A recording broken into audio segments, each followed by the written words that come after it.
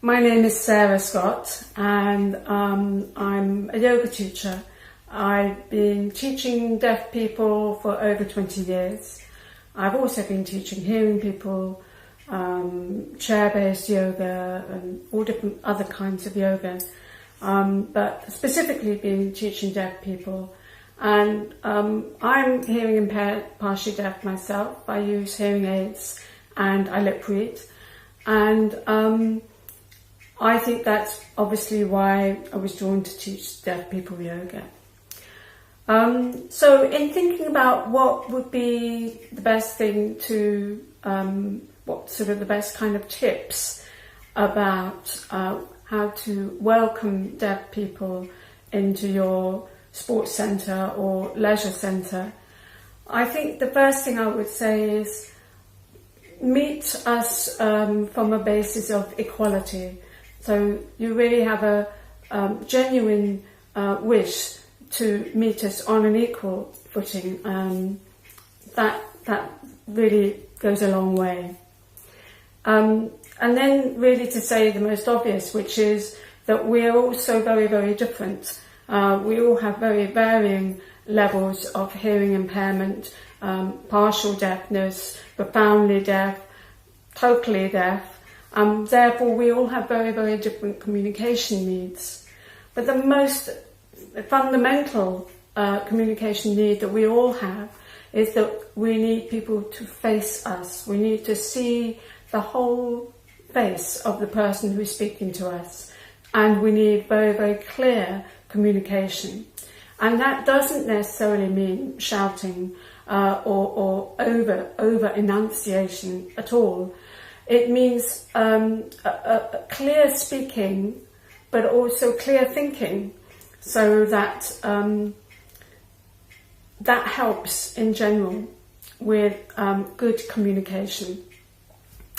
So that's the first thing I would say, is to remember that we're all very, very different and have different needs. And it's a good idea to sort of step in with first finding out what is the communication need of the person that you are interacting with. And then the second thing I would say is, well, first of all, I'll just give you an example. When I'm teaching deaf people yoga, I am leaping all over the place. This is when I'm face-to-face, obviously, all over the place to make sure that they can see my face and, of course, see my hands when I'm instructing them. So I could be lying on the floor when they're in modified the dog, to make sure that they can see me instructing them. So that's one thing I would say, just to be open and clear. The other thing I would say is, when you are welcoming a deaf person into your centre and you want to show them around, or you're first going to start instructing a deaf person in the gym or in a class,